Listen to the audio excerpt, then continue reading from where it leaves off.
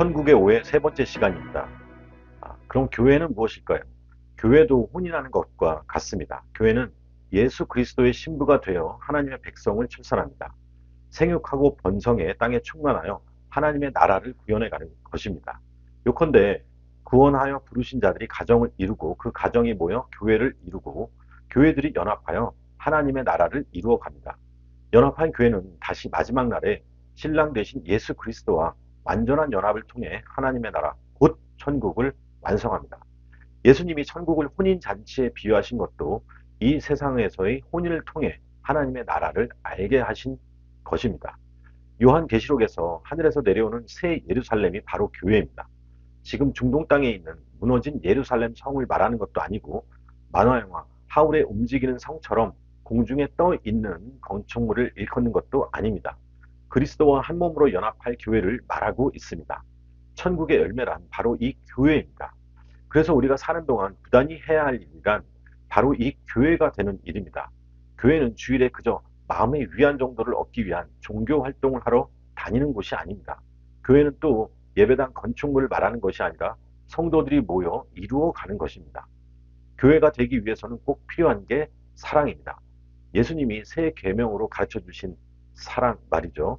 믿음의 가정들이 그리스도 안에서 자신을 낮추고 상대를 높여 서로 사랑할 때 교회가 됩니다. 그 교회가 되기 위해서 우리는 가정에서나 직장에서 사도 바울처럼 은혜의 복음을 증언하고 하나님 나라를 전파하는 것입니다. 사랑하는 사람과 함께 교회를 이루자고 하면서 자신의 삶으로 하나님의 말씀을 증거하는 것이죠. 구원받은 성도는 이 일을 위해 사랑의 열정이 불꽃처럼 타오릅니다. 이것이 성경이 말하는 하나님 나라를 세우는 설계도입니다. 주님 안에서 서로 사랑하는 남자와 여자가 만나 부부가 되어 가정을 이룹니다. 가정이 모여 교회가 되고 교회가 모여 하나님의 나라가 됩니다. 바울은 가정과 교회 그리고 천국을 이루는 원리가 같다는 걸 깨닫고 그 비밀이 크다고 고백합니다. 뭔가 특별한 일을 해야 한다는 게 아니죠. 특정한 분야의 전문가가 되어야 한다거나 사업에 성공해서 큰 기업을 세워야 하는 일이 아닙니다. 그냥 구원받은 성도의 일상인 거죠. 우리의 일상생활 전부가 하나님이 부르신 소명을 따라 하나님의 영광을 위하여 죽게 하듯 한다면 다 하나님 나라의 일이 되는 것입니다. 그렇다면 이러한 천국, 하나님의 나라는 어디에서 실현될까요? 바로 이 땅, 이 세상에서 실현됩니다. 그래서 천국은 가는 나라가 아니라 오는 나라인 것입니다. 나라가 임하옵시며 라고 매일 기도하는 이유라고 했습니다.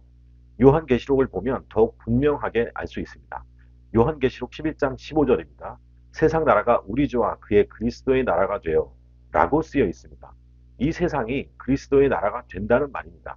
여기서 되다라는 말은 영어 성경에 become으로 나오는데 change나 turn, 즉 바뀐다는 의미에 가깝습니다. 어떤 것이 한 상태에서 다른 상태로 변한다는 뜻을 가지고 있습니다.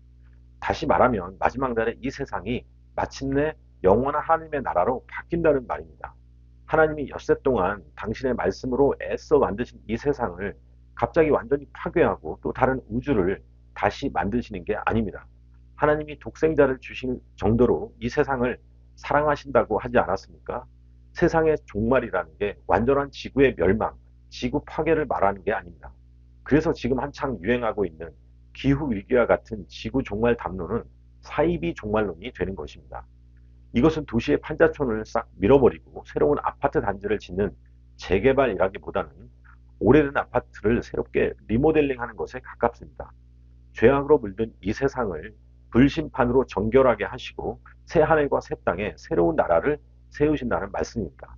하나님의 나라, 곧 천국이 지구 밖에 우주공간 어딘가에 있어서 우리가 죽어서 순간이동을 해야만 갈 수 있는 나라가 아니란 게 더욱 분명해졌습니다.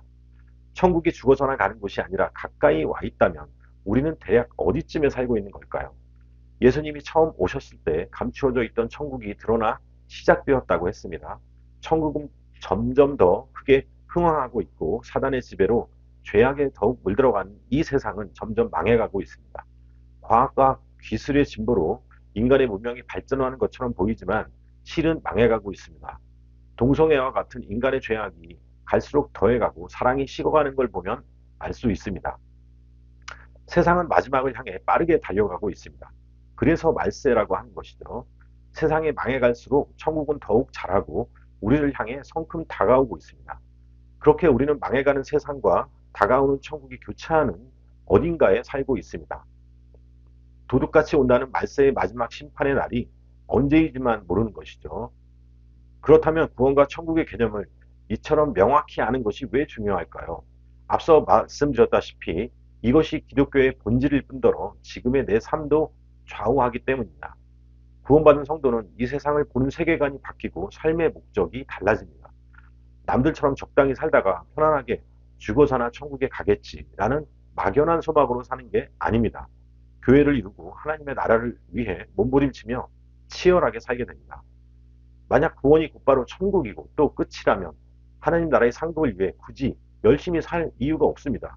만약 그렇다면 평생 예수님을 믿지 않고 하나님의 일을 하지 않아도 죽기 직전에 신앙 고백하고서 홀라당 천국에 가면 그만이니까요.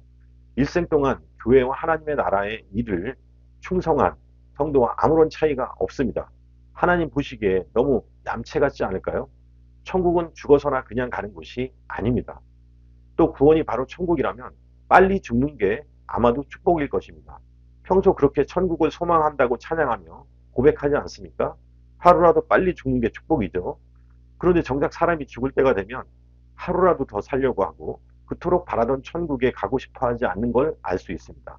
뭔가 이상하죠? 죽어서야 비로소 천국에 갈 수 있다면 장례식장에서는 유가족을 위로하기보다는 오히려 축복해야 할 것입니다. 하루라도 먼저 천국에 가셨으니까요. 천국이 가는 곳이라는 주장은 이렇게 말이 안 되고 허무하기까지 합니다.